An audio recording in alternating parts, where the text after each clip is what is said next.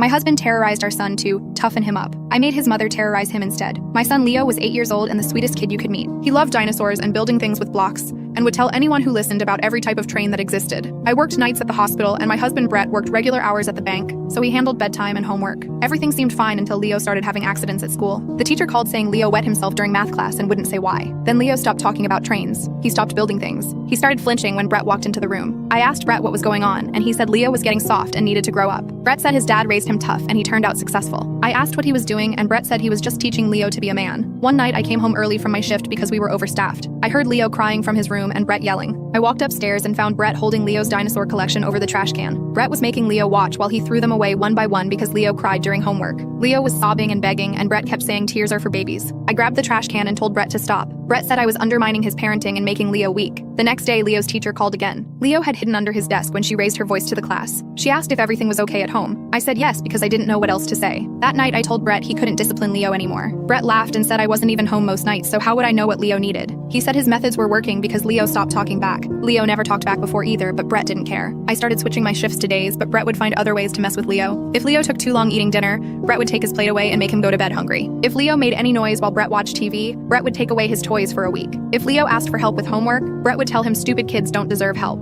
Leo started hiding in his closet when he heard Brett's car in the driveway. I tried talking to Brett's family, but his mother Janet said Brett was raised the same way, and he went to college and got a good job. She said I was too soft, and that's why Leo was having problems. Brett's brother Kyle said it wasn't his business, but kids needed structure. Brett's dad Robert just said boys needed strong fathers. Everyone acted like I was overreacting to normal parenting. That's when I decided to show them what their normal parenting created. I started with Janet. Every time she called, I'd tell her Brett did something embarrassing. Brett clogged the toilet at work. Brett cried during a movie. Brett couldn't figure out how to use the new coffee maker. All lies. But Janet believed them because why would I make that up? She started calling Brett asking if he was okay, if he needed help, if something was wrong with him. Brett got frustrated and asked why she kept checking on him. Janet said I told her he was struggling with basic things. Brett confronted me, and I said I was just keeping his mother informed like a good wife. Next was Robert. I called him crying, saying Brett couldn't perform in bed and asking if that was how Robert raised him. Robert was so uncomfortable, he hung up. Then I called back and left a message saying Brett wet the bed after a nightmare. Robert never called our house again and started avoiding Brett at family dinners. Then I moved on to Kyle. I told Kyle that Brett had been borrowing money from me because he messed up at work and might get fired. Kyle told their whole family at Sunday dinner. Brett had to spend an hour explaining that he wasn't getting fired and didn't need money while everyone stared at him with pity. The final move was Thanksgiving. The whole family was there, and Brett was telling Robert about a promotion he was up for. I interrupted and said we needed to talk about Brett's anger issues first. I told everyone how Brett threw Leo's toys away, how he made our son go hungry, how he called our 8-year-old stupid. Brett said I was lying, but Leo was sitting right there shaking. Janet asked Leo if it was true, and Leo just started crying. Brett tried to say Leo was being dramatic, but everyone could see how scared Leo was of his own father. Robert stood up and grabbed Brett by the collar. Full story on channel, link below.